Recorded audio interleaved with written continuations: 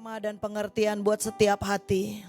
Dan biar itu menjadi perenungan yang dalam Tuhan, bahwa di dalam Kau tidak hanya ada harapan Tuhan, tapi ada perjanjian, ada sumpah yang sungguh akan menjungkir balikan dunia bahkan hidup kami. Terima kasih Tuhan untuk firman-firman yang sudah Kau lepaskan di muka bumi ini. Dan biarlah kami menjadi bagian orang-orang yang memperoleh apa yang dijanjikan. Terima kasih Tuhan, dalam nama Tuhan Yesus, amin. Kamu gak pergi kan? Hah? Iya, coba kasih sing haleluya yang halus saja. Oke. Kita buka Yosua 9 ayat 1 sampai 27. Kita mau belajar dari kaum yang namanya kaum Gideon, ya. Setiap kita tahu bahwa di Alkitab berkata akan berkumpul setiap suku, kaum, bahasa, dan bangsa. Jadi tidak bisa dihindari bahwa akan ada yang namanya penggolongan dari setiap suku, kaum, bahasa, dan bangsa. Dan ada satu ras yang luar biasa yang di muka bumi ini, yaitu ras dari suku bangsa Israel. Ya, 12 suku bangsa Israel adalah suku-suku yang memang punya perjanjian dan punya sumpah, dan ini adalah kaum yang spesial. Tapi siang hari ini saya mau kita belajar dari golongan orang yang bernama Gibeon, ya. Mari kita buka di Yosua 9 ayat 1 sampai 27. Yang laki-laki boleh angkat tangan? Oke, ya. Laki-laki lebih banyak daripada perempuannya, ya. Oke, sekarang kita ambil yang ganjil, baca yang laki-laki, yang genap yang perempuan, ya. 1, 2, 3.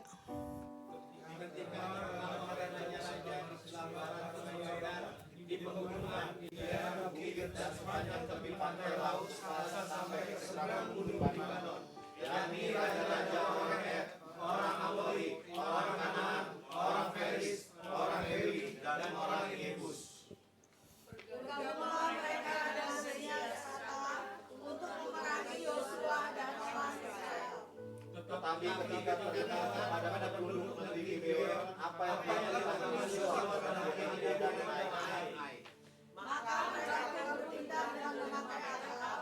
Mereka pergi menyediakan bekal, mengambil karung yang buruk-buruk untuk dimuatkan ke atas keledai, dan kiblat timur yang buruk-buruk yang robek dan dijahit kembali. Dan kasus yang buruk-buruk dan tambal untuk dikenakan pada kaki mereka, dan pakaian yang buruk-buruk untuk dikenakan oleh mereka. Sedang segala roti bekal mereka telah kering, tinggal rema-rema belaka. Demikianlah mereka pergi kepada Yosua ke tempat perkemahan di Gilgal. Berkatalah mereka kepadanya dan kepada orang-orang Israel itu, kami datang dari negeri jauh, maka sekarang ikatlah perjanjian dengan kami. Tetapi berkatalah orang-orang Israel kepada orang-orang Hebreu itu, barangkali kamu ini diam di tengah-tengah kami, bagaimana mungkin kami mengikat perjanjian dengan kamu? Lalu kata mereka dengan kepada Yosua, kami ini hamba-hambamu. Tanya Yosua, siapakah kamu ini dan dari manakah kamu datang? Jawab mereka kepadanya, dari negeri yang sangat jauh hamba-hambamu ini datang karena nama Tuhan Allahmu, sebab kami telah mendengar kabar tentang Dia, yakni segala yang dilakukannya di Mesir. Dan segala yang dilakukannya ada kedua raja orang itu di seberang sungai Yordan, Sihon raja Hesbon dan Og raja Basan yang diam di Asdod. Ayo semangat.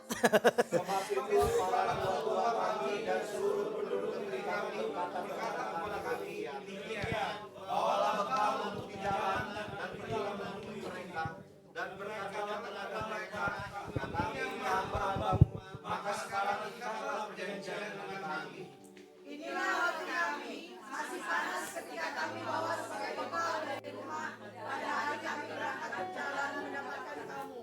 Tapi sekarang, lihatlah, kering dan tinggal rumah-rumah belaka. Inilah kirbat-kirbat anggur yang masih baru ketika kami mengisinya. Tetapi lihatlah, telah robek, dan inilah pakaian dan kasut kami. Semuanya lalu buruk karena perjalanan yang sangat jauh itu. Lalu orang Israel mengambil bekal orang-orang itu, tapi tidak memiliki tentang keputusan Tuhan. Maka Yosua mengadakan persahabatan dengan mereka dan mengikat perjanjian dengan mereka bahwa ia akan membiarkan mereka hidup dan para pemimpin umat itu bersumpah kepada mereka. Tapi setelah lewat 3 hari, sesudah mereka mengikat perjanjian dengan orang-orang itu, terdengarlah oleh mereka bahwa orang yang tinggal dalam mereka bahkan dia di tengah-tengah mereka. Sebab orang Israel berangkat begini dan pada hari ketiga sampai orang-orang itu ada pun kota-kota itu ialah Gibeon, Keberia, Beerot, dan Kiriath-Yearim. Orang Israel tidak menewaskan, sebab para pemimpin umat telah bersumpah kepada mereka demi Tuhan Allah Israel. Lalu bersumpahlah segenap umat kepada para pemimpin. Berkatalah pemimpin-pemimpin itu kepada seluruh umat, kami telah bersumpah kepada mereka demi Tuhan Allah Israel. Oleh sebab itu kita dapat menghapus mereka. Beginilah akan kita melakukan mereka, membiarkan mereka hidup supaya kita jangan terima murka atas semua yang telah kita ingatkan itu kepada mereka. Lagi kata para pemimpin kepada mereka, biarlah mereka hidup, maka mereka pun dijadikan tukang belah kayu dan tukang timba air untuk sesak umat, seperti yang ditetapkan oleh para pemimpin mengenai mereka. Lalu Yosua memanggil mereka dan berkata kepada mereka, demikian, mengapa kamu menipu kami dengan berkata, kami ini tinggal sangat jauh daripada kamu, padahal kamu diam di tengah-tengah kami. Oleh sebab itu, terkutuklah kamu dan tak putus-putuskan kamu menjadi hamba, tukang belah kayu dan tukang timba air untuk rumah Allahku. Jawab mereka kepada Yosua, katanya, sebab telah dikabarkan dengan sungguh-sungguh kepada hamba-hambamu ini, bahwa Tuhan telah memerintahkan kepada Musa hambanya untuk memberikan seluruh negeri itu kepadamu dan menggunakan seluruh penduduk negeri itu dari depan kamu. Maka sangatlah kami takut kehilangan nyawa menghadapi kamu. Itulah sebabnya kami melakukan yang demikian. Maka sekarang kami ini dalam tanganmu, perlakukan kami seperti yang kau pandang baik dan benar untuk dilakukan kepada kami. Demikian jangan kepada mereka, dilepaskannya mereka dari tangan orang Israel, sehingga mereka tidak dibunuh. Dan pada waktu itu Yosua menjadikan mereka tukang belah kayu dan tukang timba air untuk umat itu dan untuk mesbah Tuhan sampai sekarang di tempat yang akan dipilihnya. Saudara tahu nggak kerennya cerita ini gimana? Ada orang-orang Israel itu adalah orang-orang yang punya perjanjian dengan Tuhan. Mereka itu hebat dan dahsyat. Jadi cara berpikir mereka, hukum-hukum yang ada di negara mereka, di hukum-hukum di dalam perjanjian mereka itu tuh menguasai bumi. Ya, nah ada orang-orang golongan orang-orang Gibeon. Orang-orang ini adalah orang-orang yang menurut saya hebat banget tahu diri. Dan dia mengejar apa dari Yosua 9? Berulang-ulang orang Gibeon minta apa sama orang Israel? Buat perjanjian dengan aku. Ya, tadi di bawah kita makan di kafe, ada ibu ini temannya Bu Destra ya. Beliau berkata seperti ini, saya lulusan Ursula, S1, S2, UI, hukum ya Bu pastinya ya. Wah, itu keren banget. Saudara tahu, saya ini bukan orang yang bisa sekolah. Dan dari zaman saya, kalau saya dengar Tarsisius Tarakanita, Santa Ursula ya, Regina Pacis ya. Tuh, ini kalau angkatan begini langsung lancar ya. Itu golongan sekolah yang kamu harus punya uang dan punya otak. Dan buat saya masuk ke Ursula jauh. Kenapa? Nilai saya di sekolah itu cuma 3, 4, 5. 3, 4, 5. Jadi untuk saya dapat beasiswa pun di Ursula, saya nggak akan bisa sekolah di sana. Otak saya nggak dapat. Jadi kalau saya suruh UI S1, S2 ngambil hukum, mungkin otak saya udah kebakar mempelajari semua hukum-hukum dari kampus itu, dari sekolah itu. Tapi satu hal dalam hidup ini, saya belajar dari orang-orang Gibeon ya, ketika mereka mengerti bahwa Joshua sudah ditetapkan jadi pemimpin yang tidak akan terkalahkan di muka bumi ini, Maka golongan orang Gibeon bersegera datang kepada Joshua dan meminta untuk mengikat perjanjian. Berapa banyak dari kita, saya itu mengasuh banyak orang. Ada orang-orang yang katakanlah dia cakep jadi sombongnya minta ampun, masih masuk akal. Tapi saya ketemu satu orang dan saya hari ini sampai hari ini masih heran. Karena di antara semua orang dia paling jelek, paling bodoh, paling miskin. Tapi sombongnya minta ampun. Nah, kalau dia dapat pewahyuan aja dari Yosua 9, dia akan bisa lihat orang-orang yang punya perjanjian dan orang-orang yang untouchable di muka bumi ini. You like, you don't like, di muka bumi ini ada orang-orang yang punya perjanjian. Dan kalau kamu menyentuh mereka, kamu benar-benar berurusan dengan Tuhan. Nah, orang Gibeon ini pintar banget. Dia ngejar Joshua, dia buat drama. Ya, kelihatannya dia bohong. Dia bawa roti, rotinya dia bilang ini udah kering, dia pakai baju usang seakan-akan dia udah dari negara yang jauh mana. Dia bilang kita ini kurang, kita ini gak bisa, kita ini butuh banget pertolonganmu, tolong ikat perjanjian denganku. Dia gak minta roti, dia gak minta makanan, dia gak minta rumah, dia minta ikat perjanjian denganku. Bolak-balik dia bilang ikat perjanjian dengan aku. 25 tahun yang lalu saya tahu my life no future.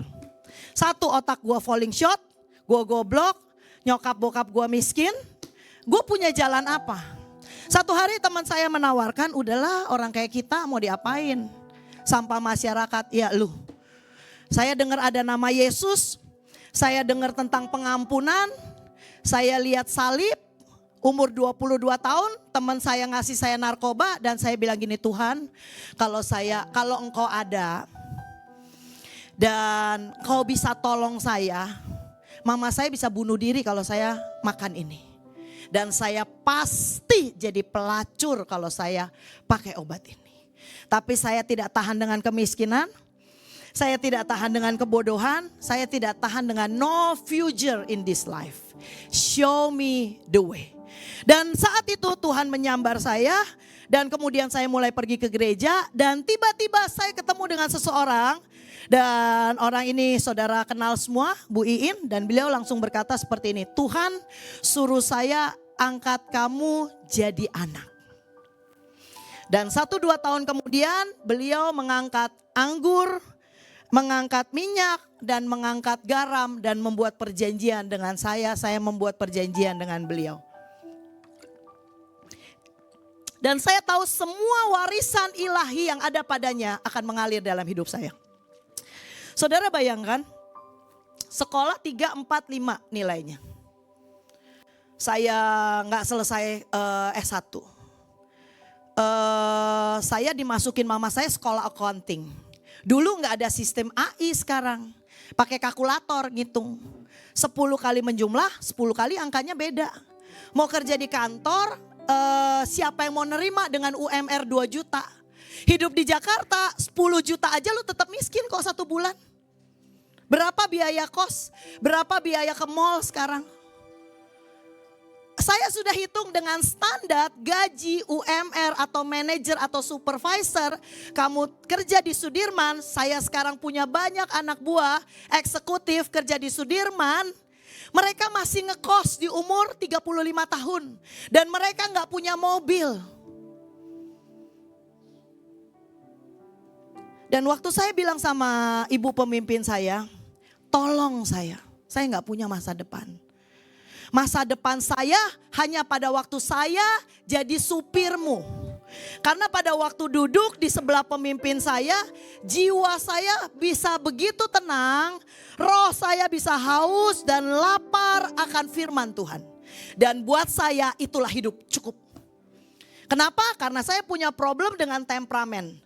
Kalau saya gak suka, teman saya di kampus ngeliatin saya melototin dari jauh, saya gak senang sama dia, saya ambil botol, saya sambit sampai hidungnya sobek. Saudara bayangkan dengan temperamen seperti itu cepat atau lambat satu hari nanti. Sorry ya Yof, pengen guyon, gue bisa satu sel sama si Yofri. Yofri ketemu Desra, ya gue ketemu siapa gitu. Ya itu pikiran saya udah mau kemana, mau apa gitu, apa jalurnya apa, cakep enggak? Kalau cakep masih lumayan, sorry ya, mungkin masih ada orang kaya yang mau atau enggak, laku lah sekali ngedate 10 juta ya, ini mau apa gitu loh ya. Dan hari itu waktu saya memohon kepada beliau, Bu, didik saya. Seumur hidup biarkan saya mengabdi dan saya sudah sangat bahagia bisa jadi supir ibu. That's it. Kenapa? Karena pada waktu di sisinya jiwa saya tenang. Pada waktu di sisinya tiba-tiba saya menyintai kebenaran. Pada waktu saya di sisinya tiba-tiba saya mengerti value-value kehidupan. Dan itu saya pegang kuat-kuat dan saya tidak tahu. Sekian tahun kemudian Tuhan bawa saya menginjakan kaki sampai ke 32 negara. Saya tidak pernah tahu bahwa Tuhan memberkati hidup saya sedemikian rupa dari otak saya yang ngepas. Baca halaman ini balik ke halaman 2, mau ngafalin halaman kedua, halaman 1 udah lupa semua. Tapi anak-anak saya 2 lulus dari Singapura dan mereka udah S2 di usia 18 tahun. Dan itu adalah menurut saya semua spiritual blessing, pembenahan sampai ke akal budi itu saya terima karena firman, karena perjanjian. Demikianlah yang dibuat Gibeon dalam hidup ini. Dia berkata, Joshua buat perjanjian dengan aku. Saudara tahu Joshua ini jengkel banget setelah tahu kalau dia ini dibohongin. Alkitab berkata dengan sangat jelas, jangan buat perjanjian sama orang-orang di luar bangsamu.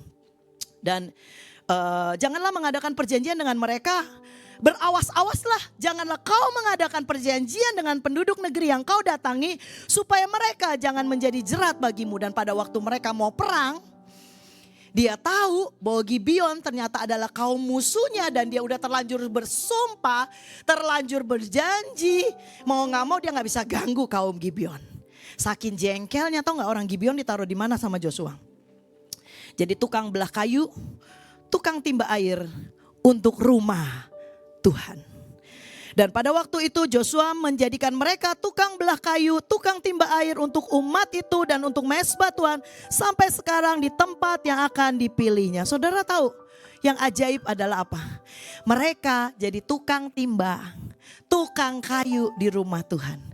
Dan orang Gibeon bukan orang-orang kecil. Dengar baik-baik Yosua 10 ayat 1, saya aja yang baca.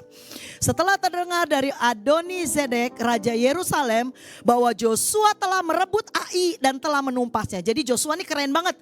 Dari kota ke kota dia duduki dan perang dan menang. Seperti yang dilakukannya terhadap Yeriko, terhadap rajanya. Demikian juga dilakukan Ai dan terhadap rajanya Joshua menang telak. Dan bahwa penduduk kota Gibeon telah mengadakan ikatan persahabatan dengan orang Israel dan diam di tengah-tengah mereka, maka takutlah orang. Sebab Gibeon itu kota yang besar. Seperti salah satu kota kerajaan. Bahkan lebih besar dari Ai dan semua orangnya adalah pahlawan. Keren ya. Jadi orang-orang Gibeon bukan orang-orang rendah, bukan orang-orang biasa, semua orangnya orang yang bisa perang dan pahlawan. Kenapa mereka pura-pura lemah dan datang ke Joshua? Mereka tahu kalau Tuhan semesta alam sudah memilih kaum tertentu. Tidak ada pilihan lain daripada menantang mereka, lebih baik kita merendahkan diri dan mengikat perjanjian dengan mereka. Dan ini yang dibuat Tuhan. Saudara tahu ketika Tuhan melakukan sesuatu yang tidak pernah dilakukan buat siapapun juga. Yaitu menghentikan matahari dan bulan pada tempatnya. Itu dilakukan pada waktu orang Gibeon meminta tolong kepada Joshua karena dia mau diserang. Lalu kelima raja, orang Amori berkumpul. Ada raja-raja berkumpul, Raja Hebron, Raja ini, Raja Ono ya. Mereka berkumpul dan dengan seluruh tentaranya mereka berkemah mengepung Gibeon. Gibeon kalau mau ngomong kasar ya, sorry ya. Gibeon lu kurang ajar lu, sialan lu, mengkhianati lu, malah bukannya sama kita ya. Lu malah bikin perjanjian sama dia. Lu tahu gak sih itu Israel tuh buat kita serang, kita ini kolaborasi nyerang dia. Maka saking jengkelnya semua raja-raja mau nyerang Gibeon. Maka Gibeon datang lagi ke Joshua. Joshua, kamu udah janji sama aku, jangan menarik tanganmu dari hamba-hambamu ini. Kenapa dia bilang hamba-hambamu ini? Para pahlawan dibuat jadi tukang timba, tukang potong kayu. Tahan gak kamu? Kamu ini pahlawan, tiba-tiba kamu diperlakukan seperti tukang timba, tukang kayu. Mentalmu tahan gak? Kadang-kadang manusia sangat sombong. Mereka lebih senang adu power. Tapi umur manusia 70, kalau bagus 90. Kadang ada yang meninggal 30, 40. Hidupnya seperti rumput. Dan mereka mungkin belum pernah dalam hidupnya menghabiskan waktu untuk merendahkan diri. Keren banget buat saya kaum Gibeon ya. Mereka bukan kerajaan kecil, mereka lebih besar dari Ai. Mereka lebih besar dari Yeriko. Tapi mereka merendahkan diri, mereka ngelingsut ke Joshua dan minta tolong. Dan Joshua bergerak maju dari Gilgal, dia dengan seluruh tentaranya. Kenapa? Udah kadung janji. Udah kadung sumpah. Dan dia bilang gini, tidak ada seorang pun, Tuhan berfirman kepada Joshua, gak usah takut. Aku akan menyerahkan mereka kepadamu dan tidak ada satu orang pun yang dapat bertahan menghadapi engkau. Jadi Joshua menyerang mereka semalam-malaman, Tuhan membuat kekacauan di antara mereka dan membuat kemenangan buat Joshua. Dan Joshua menimbulkan kekalahan buat semua musuh-musuhnya. Dan batu-batu dari langit dilempar sama Tuhan. Batu-batu besar sehingga musuh-musuh Joshua mati karena batu, bukan karena pedang. Sakti gak orang-orang yang punya perjanjian? Gibeon datang, minta tolong. Joshua tak berdaya, udah terlanjur janji. Gue kalau udah janji, gue malah yang kena murka kalau gue gak tolong dia. Dan pada waktu Joshua menolong dia, Tuhan menurunkan batu-batu besar dari langit dan menghabisi musuh-musuhnya. Lalu Joshua bicara kepada Tuhan, pada hari Tuhan menyerahkan orang Amori itu kepada orang Israel. Ia berkata di hadapan orang Israel, matahari berhentilah di atas Gibeon. Gila, keren banget. Dan kau bulan di atas lembah Ayalon. Saya pernah ke Israel yang kesekian kali. Saya pergi ke satu titik, nggak keren sih kayak kota Daud. Atau enggak Golden Gate. Ya di sini siapa yang udah pernah ke Israel boleh angkat tangan? Puji Tuhan udah semua ya. Ada tempat-tempat yang bersejarah, bukan bersejarah, yang punya nilai ilahi. Atau lebih tepatnya setiap jengkal tanah di Israel itu ilahi. Karena disitulah dilepaskan seluruh perjanjian yang tertulis di kitab suci kita. Ini adalah kota, ini adalah negara yang menyaksikan seluruh peradaban kehidupan. Dari 6.000 tahun yang lalu. Dari zaman Abraham, Ishak, Yakub semua terjadinya di Israel. Jadi semua firman dilepaskan dari Israel. Keren banget. Negara Indonesia muncul tahun berapa? Coba saya cek. Paling tahun 1900, 1800. Artinya sesudah Masehi. Dan Yerusalem, Israel dari permulaan kehidupan. Dan disitulah firman dilepaskan. Keren banget. Dan waktu saya pergi ke Israel, bukan di tempat yang keren, hanya sekedar seperti tempat parkir dan kita berdiri di situ dan berdoa. Dan saat itu begitu hadirat Tuhan turun dengan sangat kuat, saya itu wondering why. Ini Gibeon bukan Golden Gate. Ini Gibeon bukan Beersheba di mana Tuhan menurunkan 7 sumpah buat Abraham. Kita semua kenal Bapak Abraham. Dan yang menyebalkan di sekolah minggu diajarin Bapak Abraham mempunyai banyak sekali anak-anak. Jadi Bapak Abraham dikenal sama anak-anak sebagai bapak yang punya anak. Dia tuh jago perang men. Lot diculik ya, dia hajar habis, dia rampas lagi Lotnya. Ya dia ini raja yang jago berperang. Tapi di sekolah minggu kita taunya Bapak Abraham adalah kakek-kakek tua yang nungguin anak. Ya kurang utuh pengertiannya tentang Abraham ya. Tapi kita semua kenal Abraham. Bapak Abraham kita semua kenal. Bapak Daud kita kenal. Bapak Ishak kita kenal ya. Tetapi waktu saya ada di Gibeon, sepetak tanah hadirat Tuhan turun sangat kuat. Dan kesan hari itu saya gak bisa lupa. Why Gibeon. Tuhan, kenapa Gibeon? Dan ternyata selain dari cerita Joshua, karena Joshua berkata matahari berhentilah di atas Gibeon. Ya mungkin titik itu tempat kami berdoa, tempat di mana tepat matahari berhenti sekian ribu tahun yang lalu. Dan kau bulan di atas lembah Ayalon. Maka berhentilah matahari dan bulan tidak bergerak sampai bangsa itu membalaskan dendamnya kepada musuhnya. Bukankah hal itu tertulis di kitab orang jujur? Matahari tidak bergerak di tengah langit dan berlambat-lambat terbenam hingga sehari penuh. Belum pernah ada hari seperti itu, baik dahulu maupun kemudian. Bahwa Tuhan mendengarkan permohonan seorang manusia secara demikian, sebab yang berperang untuk orang Israel ialah Tuhan. Saudara tahu yang keren apa? Keren banget buat saya, aduh Tuhan keren banget ya. Ceritanya itu gak sampai di situ. Gibeon memohon perjanjian kepada orang yang punya perjanjian. Kenapa dia gak memohon sendiri sama Tuhan? Kenapa? Karena dalam hidup ini ada protokoler, ada jalur. Oleh karena Abraham, seluruh muka bumi ini mendapat berkat. Jadi ada yang namanya jalur, gak bisa dilewatin. Ada yang namanya protokol surga, gak bisa dilewatin. Dan oleh karena bangsa Israel pernah bersumpah kepada Gibeon tidak akan membunuh. Sekian ribu tahun kemudian, saudara mau tahu apa yang terjadi? Di zaman Daud, raja yang berkenan kepada Tuhan, terjadi kelaparan. Di tengah kelaparan yang hebat, Daud tanya sama Tuhan, Tuhan apa yang salah ya dengan saya? Kenapa kaumku kelaparan? Apakah saudara hari ini kelaparan? Apakah saudara punya banyak hutang? Apakah saudara jatuh terus bolak-balik dalam dosa? Atau whatever pergumulan keseharianmu di luar dari ruang ibadah ini? Apa pergumulanmu di keseharian di luar ruang ibadah ini? Apa? Sebut aja. Renungkan, taruh di hatimu. Dan pegang janji Tuhan seperti apa yang dilakukan oleh Gibeon. Dan setelah Daud nanya, Tuhan kasih firman. Dan firman itu berkata di 2 Samuel 21, mari kita buka sama-sama.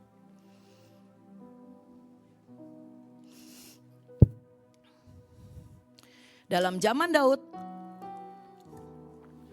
terjadilah kelaparan selama 3 tahun berturut-turut. Dalam hidup kita, apakah ada kelaparan yang hebat? Lalu Daud menanyakan petunjuk Tuhan. Pada Saul dan keluarganya melekat hutang darah.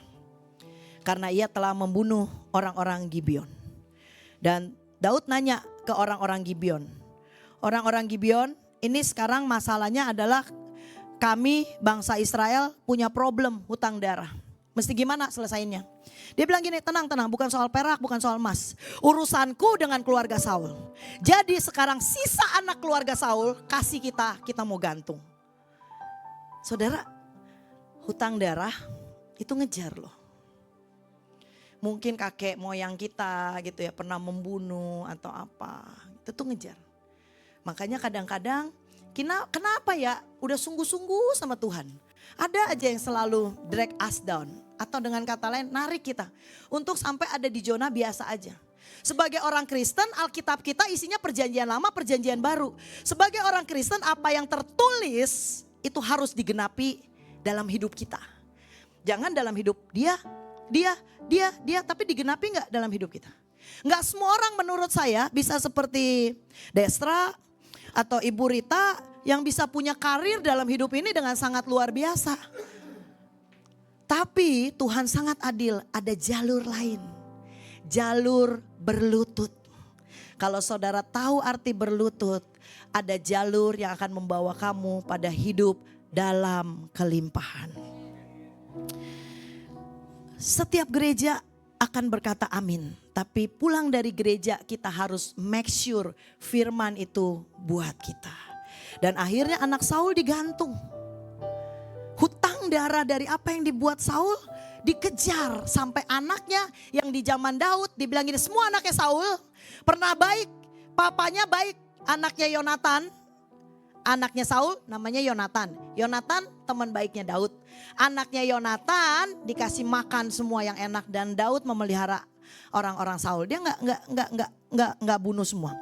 Dan kemudian bukan Daud yang menghukum, tapi hutang darah mengejar, dan orang anak-anak itu lagi enak-enak di meja makannya Daud, tiba-tiba dipanggil untuk digantung.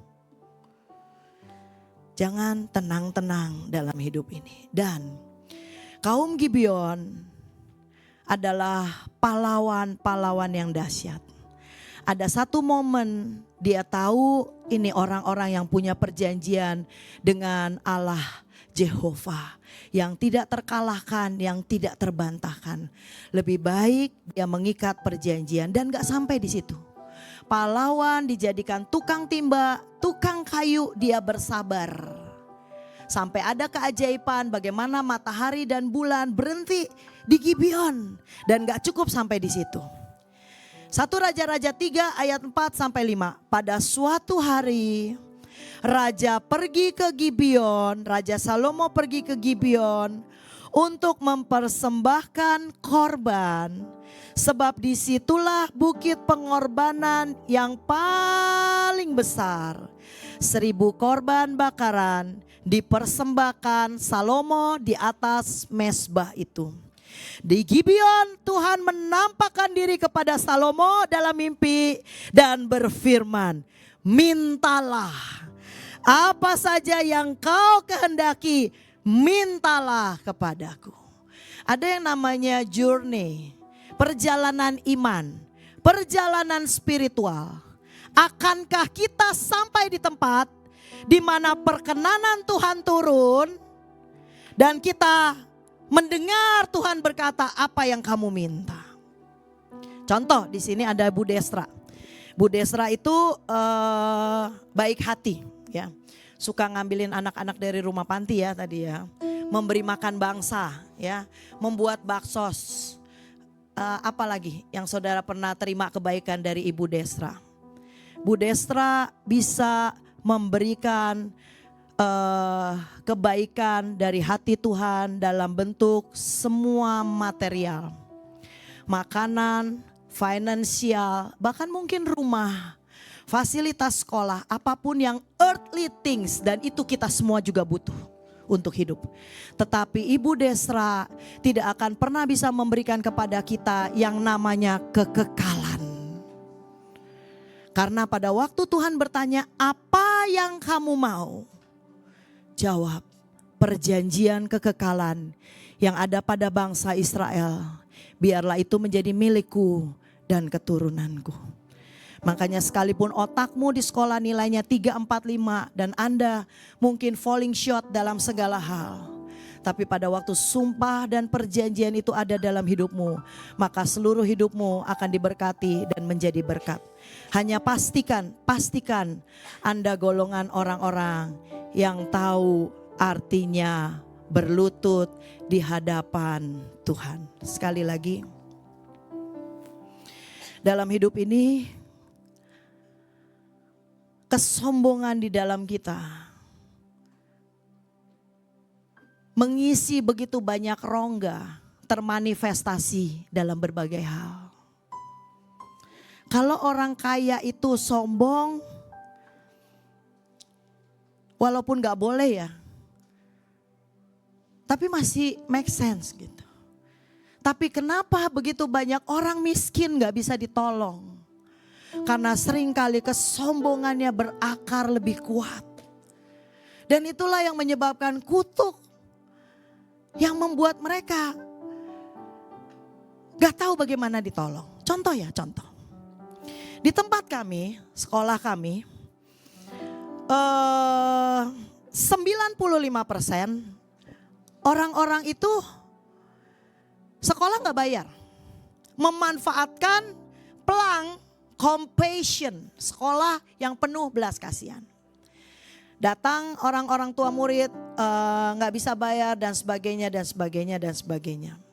Satu ketika ada bantuan di mana satu orang siswa mendapat 100.000 per bulan. Tetapi uang sekolah itu 1 bulan 1 juta dengan semua fasilitas. Dan 100.000 ini kalau dibuat untuk acara ekstrakurikuler itu juga udah gak cukup. Tapi waktu ada bantuan 100.000 mereka berani demo. Mereka tidak ingat ya 8 tahun sekolah gak bayar. 8 tahun mereka terima buku gratis. 8 tahun baju seragam gratis. Mereka gak ingat. Waktu mereka besar dari SD sampai SMP, SMA, mereka termasuk golongan orang-orang yang demo karena gak mendapat uang 100.000 karena mereka lapar. Make sense gak? Make sense gak? Mungkin dari sisi minta maaf. Orang-orang yang begitu miskin berkata, itu sekolah besar tapi saya butuh makan. Betul, sekolah besar juga ada biayanya. Ada orang-orang yang membayar harga sampai berdarah-berdarah sampai radang otak. Dan di Keluaran dibilang seperti ini, Keluaran 23 ayat 3.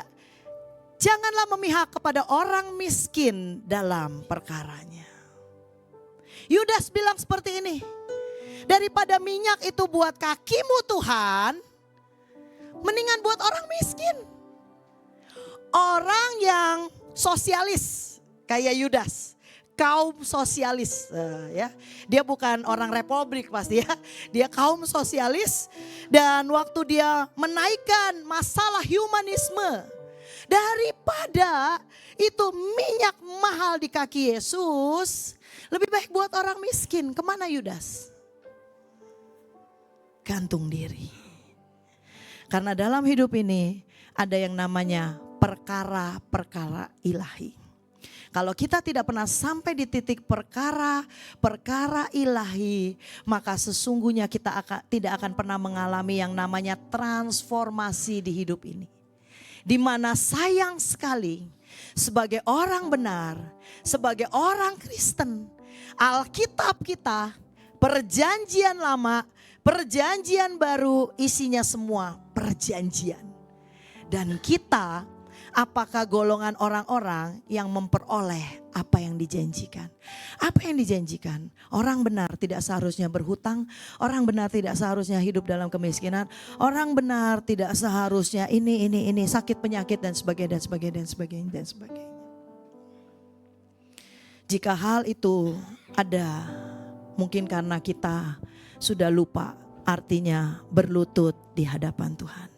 Biarlah siang hari ini kita belajar dari kaum Gibeon. Karena satu hari nanti Tuhan akan membariskan kita. Setiap suku, kaum, bahasa, dan bangsa. Jangan sampai kaum Gibeon mereka berbaris.